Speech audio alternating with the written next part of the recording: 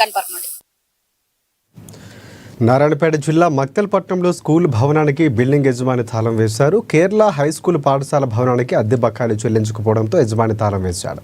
అయితే స్కూల్లో మొత్తంగా 520 మంది ఉన్నారని, ముఖ్యంగా 10వ తరగతి విద్యార్థుల భవిష్యత్తు నాశనం అవుతుందని తల్లిదండ్రులు ఆందోళన వ్యక్తం చేస్తున్నారు. వెంటనే అద్దె చెల్లించి స్టూడెంట్స్ భవిష్యత్తును రక్షించాలని పేరెంట్స్ కోరుతున్నారు.